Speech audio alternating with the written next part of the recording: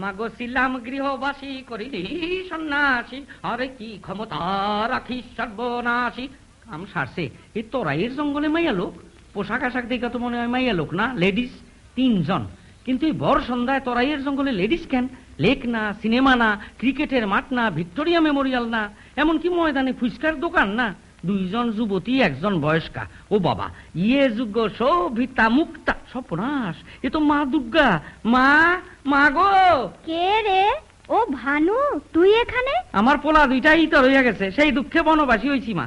ইতর হয়ে গেছে মানে? তোমার বিজয়ার সময় সোলার টুপি পয়রা নাচে আর নানান রকম ইত্রামি করে। যাও গিয়া, তোমার বিজয়া হইয়া গেল কবে, তুমি এখন ফিরতে আসো কৈলাসে, এত দেরি কেন? ওই নাচের জন্য মস্তান নাচিয়ে কলকাতায় ছিল না, তাই 12 দিন আমাকে ফাঁকা মণ্ডপে ফেলে রেখেছে, না ভোগ না আরতি। আচ্ছা, এই যে অনাচার, এ কি বন্ধ করা যায় না বাবা? না মা, কোনো উপায় নাই, অপছন্দ করে সবাই, কিন্তু আবার বছরের পর বছর আমাগো মা বইনেরাই রাস্তার মোড়ে মোড়ে খাড়াইয়া এই দৃশ্য দেখে। কিন্তু মা, তুমি হাইটা ফিরতে আসো কেন? এই বছর তো দোলার ব্যবস্থা ছিল, দোলা কি হইল? দোলা আছে, বাহক নেই। মাঝ রাস্তায় এসে দোলা বাহকরা 4 মাসের পুজো বোনাস দাবি করলো, আর দিতে হবে চিৎকার করে আমায় ফেলে সরে পড়লো। বল দেখিনি, উনি হলেন বেকার, আমি টাকা কোথায় পাবো? ঠিকই তো, এমনি শরীর ভালো আছে তোমার? ওই আর ভালো বাবা, তোদের দেওয়া থাইল্যান্ডের চালের ভোগ খেয়ে পেটটা ভালো যাচ্ছে না, এদিকে মনটাও ভালো নেই। গণেশকে পুলিশে ধরে নিয়ে গেছে বাবা। কেন? গণেশ দাদার অপরাধ? চাল পাচার।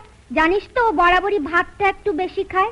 হিমালয়তে এখন চাল বড় একটা পাওয়া যায় না, শুনছি চাল জমিয়ে জমিয়ে রেখে নাকি অসুরেরা চোলাই মদ তৈরি করছে। ও, কৈলাসে এই কেস? আমাকে এখানে ব্যক্তি বিশেষেরা তো জমাই, এদিকে গভর্নমেন্টের ঘরের চাউল খাতাপত্র ঠিক হইতে হইতেই পয়সা পাথর হইয়া যায়। ও হ্যাঁ, যা বলছিলাম, তোদের এখানে ভোগের চাল পেয়ে ইঁদুরের সঙ্গে যোগসাজশে 2 কিলোর মতো চাল পাচার করেছিল। ইঁদুরকে তার ধরতে পারলো না, ধরা পড়লো বেচারা গণেশ। তেলে বাবারে কোন না মামলা করতে, অবশ্য কোনো কাম হইব না, কারণ আইন আর সংবিধানের অর্থ বাইরকরণ উকিল ব্যারিস্টার গত দূরের কথা, আইনের প্রবর্তক দুঃসাধ্য হইয়া খাড়াইছে। কিন্তু গণেশকে দেখে, মানে একটা মানুষের দেহে হাতির মাথা দেখে, পুলিশের তো বোঝা উচিত ছিল যে আমারই ছেলে। না মা, প্লাস্টিক সার্জারি এখন অসম্ভব চালু, এর সাফল্যের খবর চোরেরাও খুবই রাখে।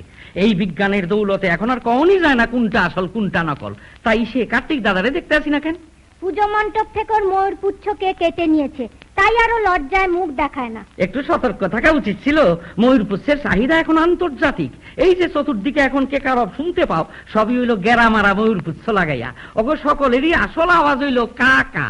কে তো বলছিল ও এবার সেনাপতি পদ থেকে পেনশন নেবে। লনি ভালো, তীর ধনুকের যুগ তো আর নাই, এখন হইল থানিক, সোডার বোতল, ধর্মঘট, আটক, লক আউট, লে অফ, ঘেরাও, এইসবের যুগ। এই সব ব্যবহারের আধুনিক সমর কৌশল শেখনের সুবিধা কার্তিক দাদার এখন আর হইব না।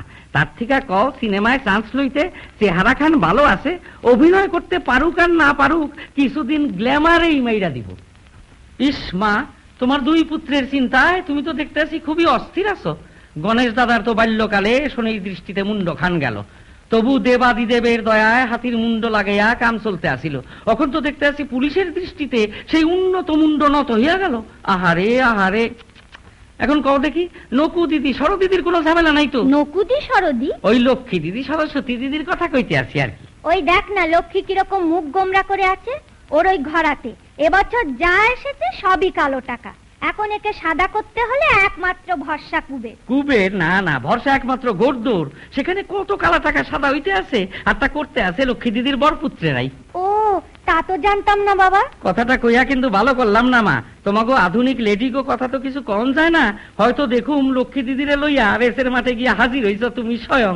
আমাকে তোরা কি ভাবিস বলতো? যেমন ভাবাও তেমনই ভাবি। ইসে সরস্বতী দিদির কি খবর? ওর কথা আর বলিস না। আমিও জানি সবই মা, আজকাল সকল ইন্টেলেকচুয়াল হইয়া গেছে, কয়েকটা কথা মুখস্থ থাকলেই হয়, লেখাপড়ার আর কোনো দরকারই নাই। তা দিদি এখন কি করব ঠিক করছে? বলছিল গানটা তো এখন আছে, যদি টুইস্ট নাচটা ওর বাবার কাছ থেকে শিখে নিতে পারে। নটরাজ হিসাবে কিছুই শিখাইতে পারবো না, তবে ভূতনাথের ভূত প্রেতরা যদি কিছু শিখাইতে পারে, কারণ অগনাথের লগে টুইস্টের প্রচুর মিল আছে। তবে চিন্তা কইরো না, দিদির পূজা উঠবো না, কোনো পূজাই উঠবো না, কারণ পূজার চান্দা হইল আজকালের দিনে সবচাইতে সাত্বিক এক্সট্রা ইনকাম। আচ্ছা শুনুন, যদি টুইস্ট না শিখে শেখ শিখি, ওটা তো উচ্চাঙ্গের নাচ। অমন কামও কইল না দিদি, শেখ নাচতে শরীরে জ্বালারা সারি আর জাকানি পড়বো, তাতে মাথার গিলু শুদ্ধা লইরা যাইব। তোমার গিলুই যদি ডিসপ্লেসড হয়, বিদ্যা শিক্ষার তো তেলে হইয়া গেল। আপনার দেখছি সব নাচতেই আপত্তি। এই তো সেদিন কাগজে দেখলুম একজন লিখেছেন, তা কিছুই অন্যায় নয়। সব জিনিসেরই স্থান কাল পাত্র আছে দিদি। দুঃখে যদি নাইসা শান্তি পাইতে হয়, তবে তো বাপ মার শ্রাদ্ধে কীর্তনের বদলে ঢপ বসাইতে হয়। আপনি বড্ড বাজে কথা বলেন। চুপ, মুখে মুখে তর্ক করো না। বড় ভালো লাগলো তোর কথা শুনে বাবা। একটা কথা বলি, কিন্তু ভারী লজ্জা করছে। কি যে কও, সন্তানের কাছে লজ্জা করে ফেলাও। তোরা নাকি চালের বদলে ডালিয়া নামে একটা কি আবিষ্কার করেছিস, যার খিচুড়ি খুব ভালো হয়। পাঠিয়ে দিতিস, ওকে রেঁধে খাওয়াতুম। নিশ্চয় পাঠামু। স্বামীর রাইন্দা খাওয়ানোর মহিমা যদি প্রচার করতে পারো, জগৎটি খাইতে যাইব। অন্নপূর্ণা রূপে পূজিতা হওয়ার চান্স তোমার এখন খুবই কম। দেখো যদি ডালিয়া পূর্ণা রূপে পূজিতা হইতে পারো।